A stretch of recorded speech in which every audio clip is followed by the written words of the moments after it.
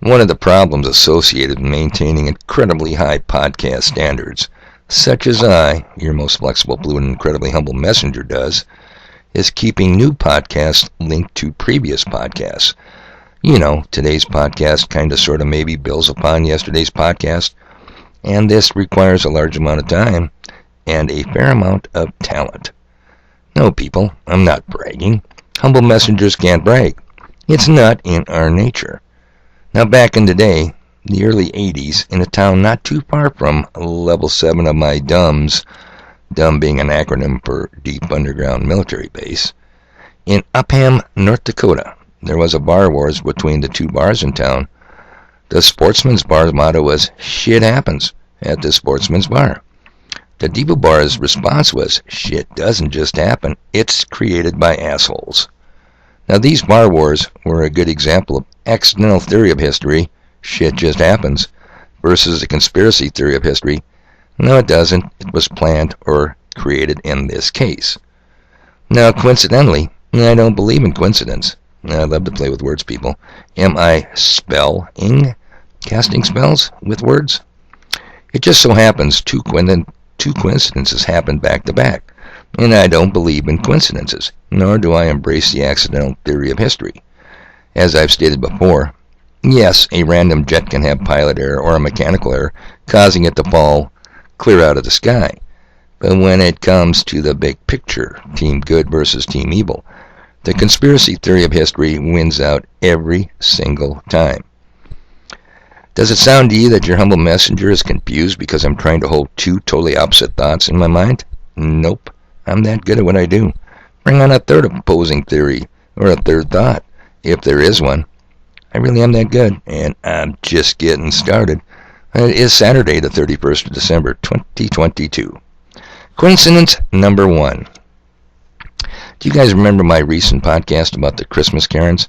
Remember the disgusting lyrics of the 1944 song, "Baby It's Cold Outside," versus the modern and uplifting and so enlightening song, "Wet Ass Pussy"? Now check this out. In between getting lots of stuff done, man, I did some serious woodworking yesterday, I take a few smoke breaks, and I'll cue up an older classic movie. Save the bookmarks, of course, because when you're busy getting stuff done, you don't have the luxury of watching a movie from beginning to end in one sitting. No, you got to watch little parts of it. So I'm watching a movie, From Here to Eternity. You guys ever heard about that? Well, let's take a quick look at source of all knowledge, Wikipedia. From Here to Eternity is a 1953 American drama romance war film directed by, written by, based on the 1951 novel by. The picture deals with the tribulations of 3 U.S. Army soldiers played by Burt Lancaster, Montgomery Clift, and Frank Sinatra stationed in Hawaii in the months leading up to the attack on Pearl Harbor. Deborah Kerr and Donna Reed portray the women in their lives. Okay, you got it? 1953 movie. All right. So, I highly recommend it, by the way. I have to gather my thoughts. Now, I would let my youngest grandkid watch it, or at least play with the movie going on in the background. So yesterday, on one of my few smoke breaks, I figured I could watch maybe 7 to 9 minutes of the movie before going out and getting more stuff done. It's a YouTube free with ads movie. I clicked on the bookmark, and a YouTube warning came up. Please sign in to confirm your age. Some material may be offensive to viewers.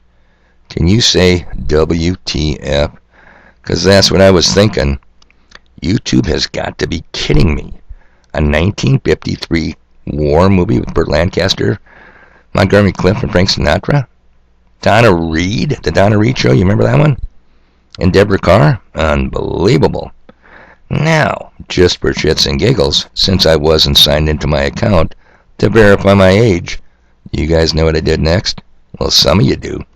I searched "wet ass pussy" in the YouTube search bar, and WAP with lyrics came up with no sign-in requirement. Go figure. Do I need to read the lyrics for this disgusting filth again? I sure hope I don't. Now, what's going on? Christmas Karens get their panties in a bunch over a harmless 1944 Christmas song, and YouTube restricts a 1953 movie but anyone of any age can watch and listen to and read the lyrics of WAP? We are truly living in strange days, people. Indeed. Coincidence number 2. Audit the Audit is a channel in my YouTube feed. It's a channel that covers police interactions with the public. It's well done, and I'll link the episode below for any who are interested. A quick soundbite. Let me bring that up real quick, because I'm all about being quick and getting stuff done. Here we go. On January 5th, 2020, the owner of Living Souls YouTube channel, who we will refer to as Mr. Traveler, was pulled over by 2 officers from the Phoenix Police Department. Once Mr. Traveler stopped his vehicle, the officers exited their cruiser and approached his vehicle from both sides. Hello. Hey, what's up, man? Back window roll down? No, I'm good. I can roll. I can keep it like this. Is there anything back there? No. Are there any people back there?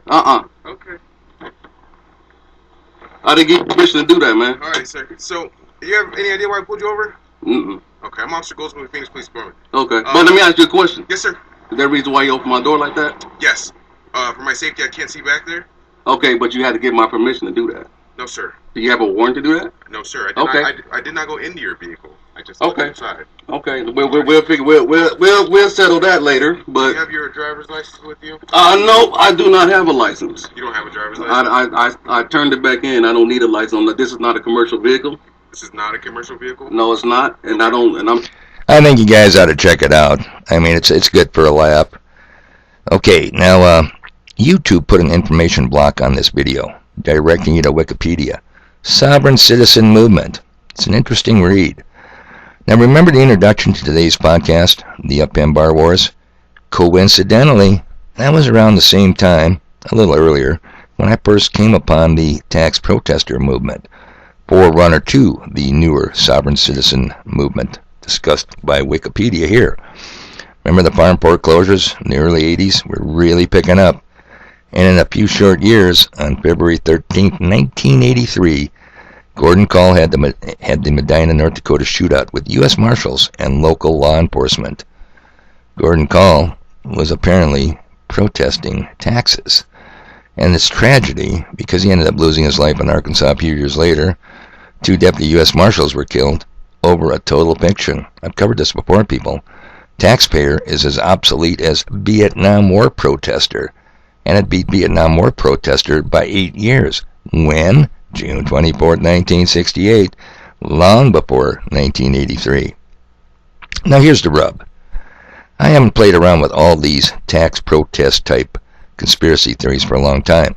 They just haven't been on my radar. Until today, of course. And although I think I could make a very good case tying these into my 3-part Wizard of Oz series, not today. But I'm going to leave you with some mental food for thought. Today's Audit the Audit dealt with the right to travel versus the privilege to drive argument. How many times have all you drunks out there been told, driving is a privilege, don't abuse it? Do you guys know what a license is? It's a permit. It's a permission to do something that without it would be illegal. Driving without a license. Many years ago, way back, marriages were recorded in the front of the family Bible. But not anymore. Today you need a state marriage license, a permit, permission from the state, and what the state joins together. If you want to get a divorce, you'll have to have the state take it apart in state court. Now correct me if I'm wrong, because I do get some things wrong, but not very often. But don't masters grant permission, and don't slaves ask for permission? Have I got that right? Am I backwards on this? Now, I could expand on any of these topics, but again, not today. Excuse me. On December 18th of 1865, the 13th Amendment was ratified by the required 27 states.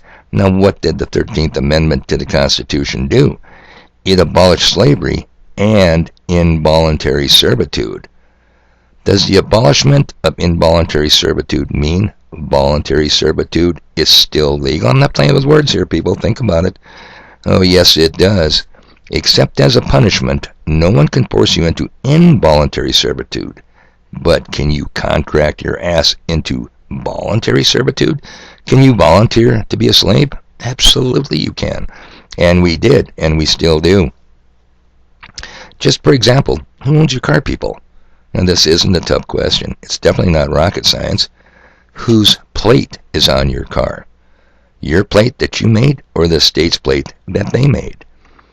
If you have ever bought a new vehicle, somewhere in all that paperwork on the salesman's desk is a manufacturer's statement of origin.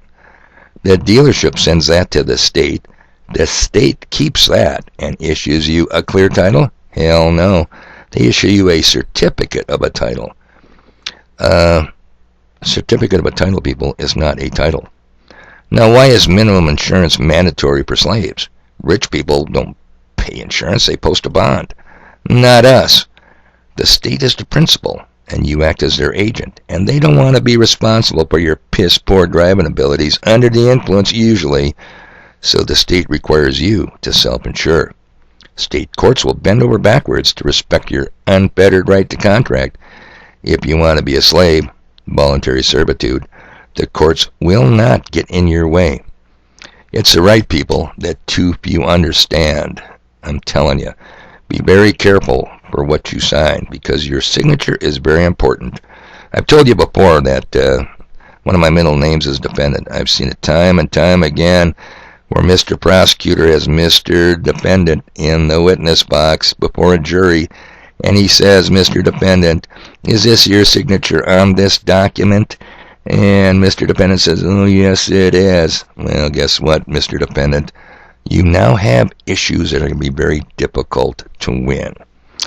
Now, think about it, people, for after all, did the mean, evil state come to you demanding you swap a right for their privilege? Marriage? Driving? No. Or was it something like most people? You pestered the shit out of your parents because you couldn't get to the DMV quick enough to take your written exam, to take your behind the wheel, and voluntarily become a slave. So the way it is. God, I hate to say this. I'm running long. I got stuff to do. Lots of it.